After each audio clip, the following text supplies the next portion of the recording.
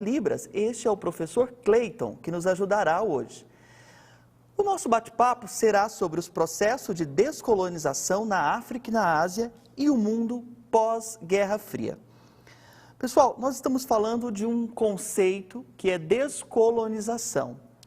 Se houve a descolonização é porque antes esse território da África e da Ásia tinha sido colonizado pelos continentes, pelos países europeus. Esta imagem nos lembra muito bem o período do imperialismo e da colonização, onde a África literalmente foi dividida, fatiada em territórios para os países europeus durante o imperialismo, o mercantilismo e tal. Então agora vai acontecer a descolonização.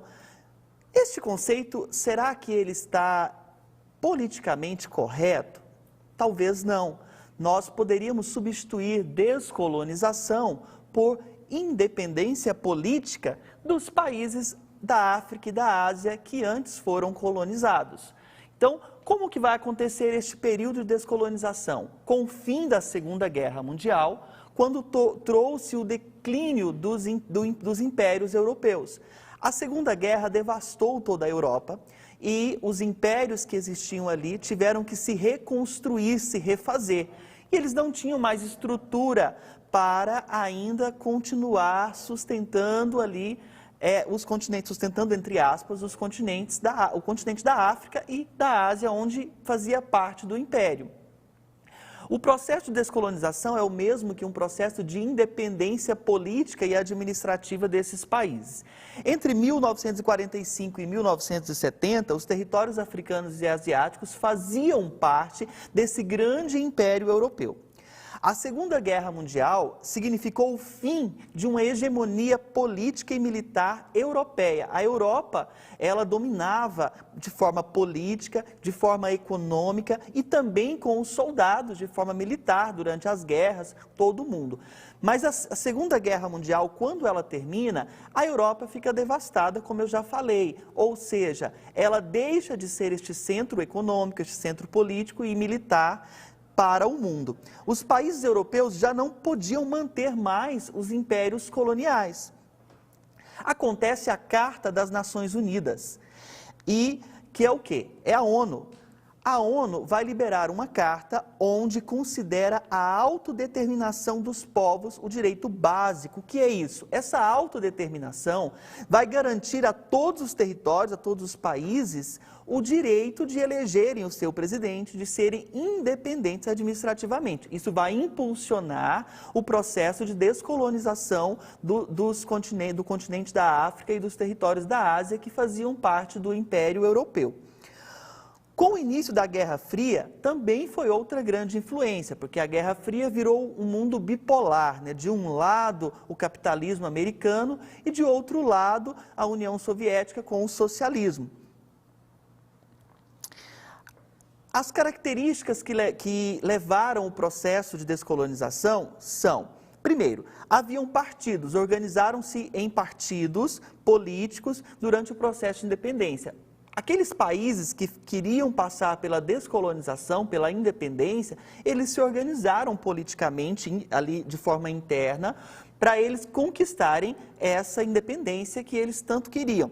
A população foi incentivada de forma positiva, que aquela era a única saída para que eles evoluíssem, saíssem da situação de miséria que a África vivia. Destacaram-se, então, alguns líderes carismáticos que mobilizaram grandes massas em prol dessa descolonização, dessa independência do continente africano e asiático. Na Ásia, no território da Índia, nós temos Mahatma Gandhi, esse aqui da imagem, que destacou como líder carismático.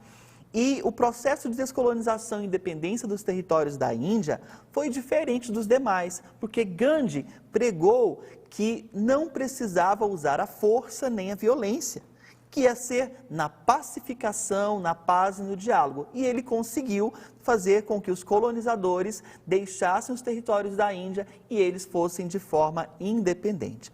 O outro está em Congo, na África, que é o Lumumba, que já foi de uma forma um pouco mais com guerras, né, e não tão pacífica. Houve países que conquistaram a sua independência através da luta armada e até mesmo da guerra sangrenta, mas também tiveram países que foram de formas mais pacíficas, como eu falei, o caso da Índia. A grande maioria dos países africanos se tornaram independentes após o término da Segunda Guerra Mundial, durante a Guerra Fria. Quais foram as consequências da descolonização africana e asiática? Na maioria dos casos, a situação econômica deteriorou-se progressivamente. Por quê? Lembrando que o território da África, ele é muito antigo. Quando a gente estuda o povoamento do mundo, existem várias teorias que dizem que esse povoamento começou na África. Quando nós estudamos as primeiras civilizações, egípcia, Mesopotâmia, também estavam ali na região da África. Então é um território muito rico em matérias-primas, muito rico e que foi explorado durante vários séculos pelo imperialismo, pelos impérios europeus. Então agora eles estavam sendo deixados de lado e, por mais que eles conquistassem essa independência, não pertencessem mais ao Império Europeu, eles não tinham a base para continuarem independentes financeiramente e economicamente. Eles eram independentes politicamente, mas ainda dependiam da economia dos países que tanto colonizaram e exploraram por muitos anos. Houve uma instabilidade política devido às frequentes guerras civis que aconteciam nesses territórios, golpes de Estado e até mesmo ditaduras militares que enfraqueceram esse processo. A maioria dos países africanos e asiáticos passaram a fazer parte da lista dos países de terceiro mundo, países subdesenvolvidos durante a Guerra Fria, devido ainda à baixa economia, à miséria, à fome, às epidemias, né, que aconteciam ali. Isso tudo por causa de uma ausência de políticas adequadas e programas de cooperação para reestruturar e levantar esses países que estavam independentes há pouco tempo. O crescimento demográfico dos países africanos, que é o quê? O número de povos, né, também estagnou a economia. Veio as epidemias que matou muitos dos africanos e dos asiáticos, também na Índia, e as guerras étnicas, até mesmo guerras de tribos ali que enfraqueciam os poderes. Pessoal, durante o final da Segunda Guerra Mundial veio a Guerra Fria, que foi esse período de descolonização. Quando a Guerra Fria acaba, como o mundo está? O mundo pós-Guerra Fria, de 1945 a 1989, o mundo foi marcado pela Guerra Fria, que era um mundo bipolar entre socialismo da União Soviética e capitalismo aqui dos Estados Unidos. Então era um mundo onde eles brigavam pelos territórios aqui entre capitalismo e socialismo. Mas quando a Guerra Fria acaba, o socialismo ele se defasa, né? Ele não vai prosperar, mas o capitalismo sim que vai prosperar. E o que vai acontecer? Durante a Guerra Fria, o país foi dividido em primeiro mundo, países desenvolvidos. Segundo mundo, socialistas planificados, ligados à União Soviética, países de terceiro mundo ou países subdesenvolvidos. O mundo pós-guerra, ele vai ser marcado por essa divisão multipolar. Agora, há uma multipolaridade ligada ao neoliberalismo, onde o socialismo não tem mais vez e o capitalismo ele avança e ganha todo o território mundial. Então agora vem o termo que nós tanto estudamos, globalização. O que vem a ser globalização? É quando a economia do mundo, ela não passa a ser, ela não depende só de um país, mas ela passa a ser unificada, interligada entre os países e entre as nações, né? Não só a economia, como as informações, que é o que nós temos hoje, um mundo aí globalizado. E com essa pós-Guerra Fria surge a nova ordem mundial, que é caracterizada pela unimultipolaridade. O que é essa unimultipolaridade? Vários polos econômicos ligados e focados no capitalismo, que tem os Estados Unidos como soberano, como supremacia, né? Então o capitalismo é o que domina, um capitalismo comercial hoje e que move todo mundo de forma interligada. Lembra do neoliberalismo, da globalização que nós falamos? E os Estados Unidos, inicialmente, ele é uma potência no campo bélico e político também, além da economia. Mas nós sabemos que, ao longo dos anos, emergiu-se outras nações, como a China, que é uma grande potência bélica, né, da fabricação de bombas hoje, a União Europeia, o Japão e os Estados Unidos ainda. A nova ordem mundial se estabeleceu a partir da crise do socialismo, que eram os países de segundo mundo. E assim dá uma hegemonia para o capitalismo que nós temos hoje, esse sistema capitalista atual. Toda essa política econômica que nós falamos de socialismo, capitalismo, globalização, neoliberalismo que está hoje, política econômica é um conjunto de medidas que são tomadas pelo governo de um país. Quando o governo de um país toma as medidas, as decisões, as ações que definem um país, as ações de um país. Essa política depende da própria visão que o governante tem do seu papel, quanto ao papel da sociedade também, desenvolvimento daquela nação.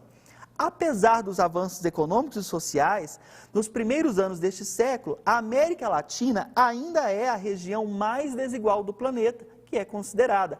Lembrando que a América Latina, do México ali para baixo no mapa, né?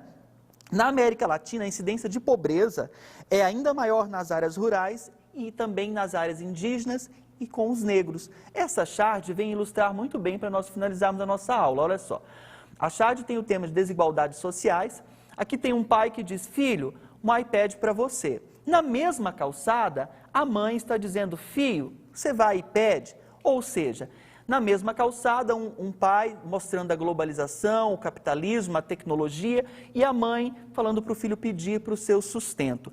Essa chart, ela retrata a desigualdade que é trazida pelo liberalismo econômico que nós temos hoje, esse sistema de capitalismo tão liberal, né? Também chamado de neoliberalismo, e onde os pobres enfrentam dificuldade de acesso, né, ao emprego, à tecnologia, dificuldade de rendas e tendo assim muitas das vezes que pedir no semáforo, conforme essa chart está dizendo aqui.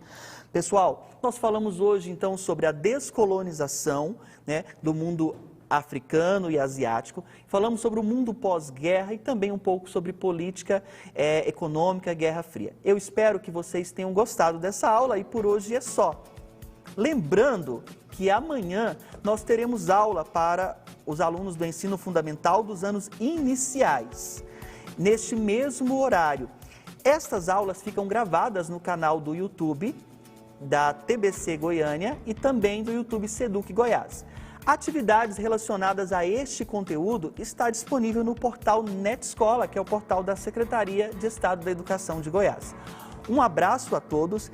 E esta semana nós comemoramos o Dia da Consciência Negra, né? Um dia de conscientização e falamos da África, um território onde é o berço, né, da raça negra. Que possamos conscientizar e ter menos preconceito, mais igualdade e mais valorização. Até a próxima aula. Um beijo a todos.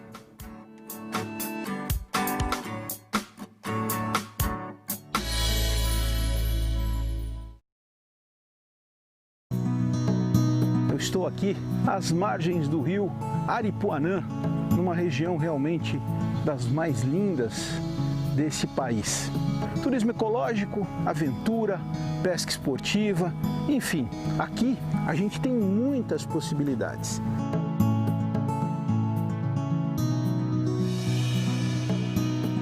Acompanhe mais essa aventura.